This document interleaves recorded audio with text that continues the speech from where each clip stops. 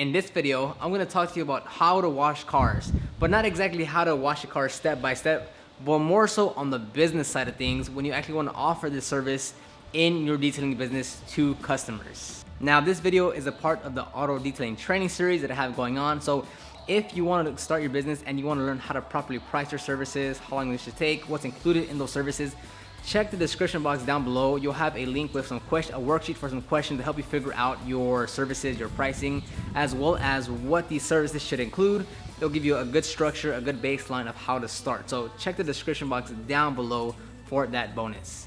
So one thing a lot of detailers get caught up on when they want to offer services, they think about, what type of method should I wash a customer's car? Should it be a rinseless wash method? Should it be a waterless wash method? Should it be a foaming it down with a 2-bucket wash method? Should it just be a bucket and a wash mitt with a traditional style of washing? And the thing you have to keep in mind is the customer doesn't care how you clean their vehicle. All they care about is the end result. All they want is a clean car. All they want is a car that's not as terrible looking as it is now. So the way you get there, the path, the method, the solution you choose, well, you're the professional. That's why they're hiring you.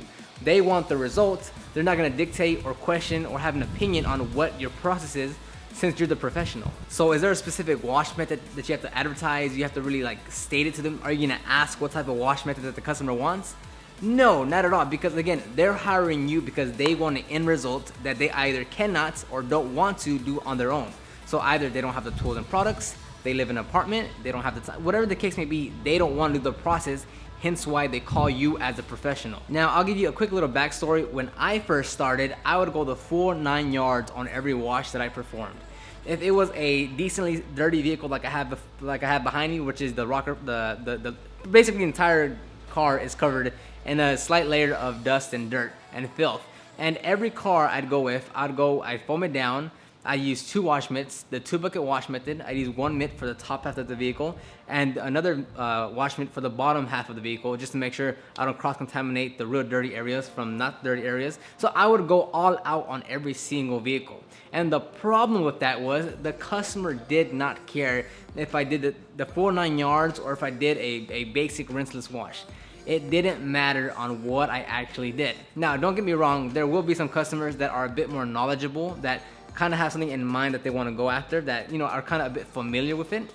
But even then, you are the professional. You're the one that knows what the customer wants, and you're the one that knows how to get there. So even though the customer may come out and say, oh hey, why don't you use the 2-bucket wash method, hey, why don't you foam it down?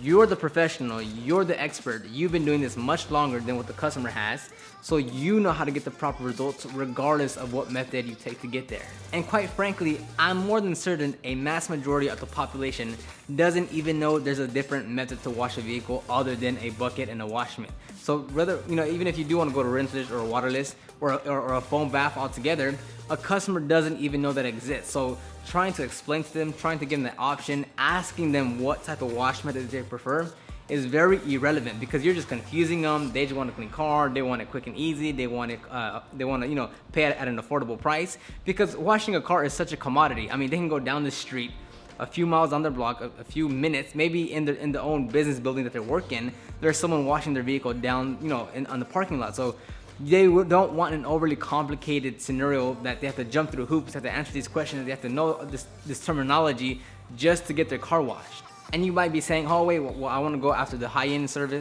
cars. I want to provide high-end services.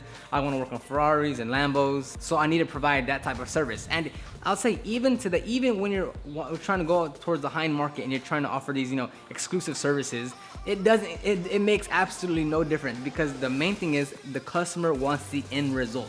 How you get there, how you do it is almost completely irrelevant. And like I said, there will be those customers that are a bit more familiar, do have something in mind where, they'll have more of an idea and you can engage with them differently. But even that's far and few between. I'd say that the majority of everyone that hires detailers that want their car washed just want the end result and don't care how you get there. Put simply, how you wash the vehicle is your preference. I mean, personally, I try to use the least amount of water possible.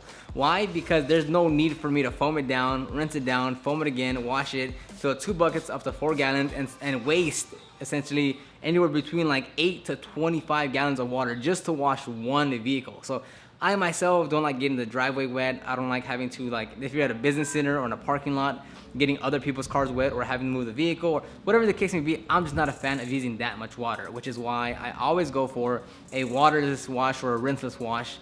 If the vehicle is dirty and it needs just a lot more attention, then yes, you will use a heavier type of wash method like a foam bath or, you know, whatever the case may be. But it's a case-by-case scenario. But me personally, I will always opt out as default to going with a rinseless or waterless wash method. And keep in mind, whichever method you choose is gonna be a case-by-case basis.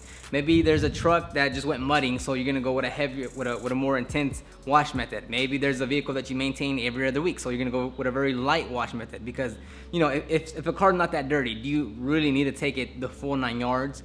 Probably not. But if you have a truck that just went mudding, then you'll probably have to do a bit more work as compared to a really clean car. And always keep in mind that you need to make this process simple. You don't want to make this overcomplicated. You don't want to have to ask 10 questions to figure out a quote to give to the customer. Personally, for me, when it comes to washing cars, if it's really dirty, it's the same work as when it's really clean.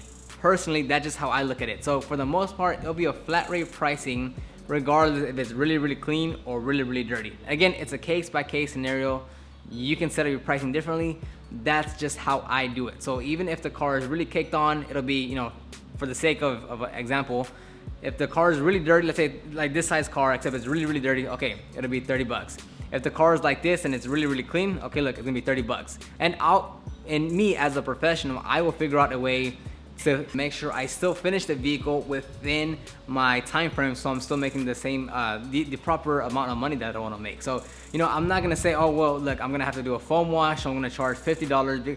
That's just, personally, that's just not how I do it. I will charge the same flat rate and just make sure whatever process I do, I'm still gonna finish it within the time frame needed so I can be profitable. This just makes my life easy because now I can just get a few information of the size, the condition, maybe when was the last time they cleaned it, what they have in mind, and then off of a few questions, I can say, okay, well, it's gonna be X amount. And then since I use that price range for just, you know, the same profile of a car for each time that I need to give out a quote, I can hit it pretty much on its mark. Also keep in mind with pricing that car washing is a commodity. They can get it anywhere. So when you're saying, you know, you want to charge X amount because you do your wash process this way, it doesn't matter to the customer. They don't care that you take the extra step to make sure you use a quality wash or that you use a quality products. They don't care.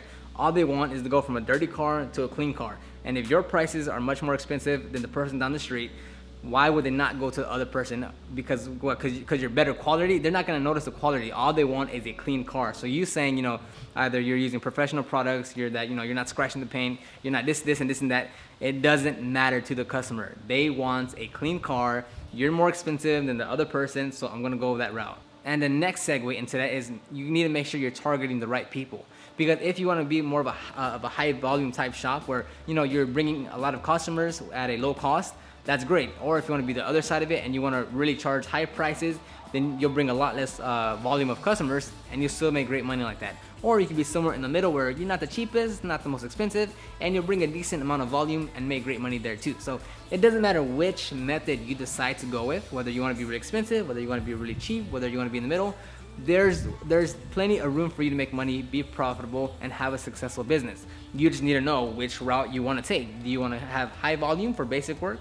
Do you want to charge a lot more for a lot higher level quality of service? Do you want to meet yourself kind of in the middle? Where do you want to land with your services? And this wraps up the video on car washing as far as the business side of things. Now, check the description box down below as stated to get a worksheet. It has a few questions for you to answer just to kind of help you structure what kind of services, what kind of pricing you want to offer in your business. So download that in the description box below. It'll be very useful for you to really get you going in the right direction. So other than that, like this video, subscribe, and I will see you on the next video.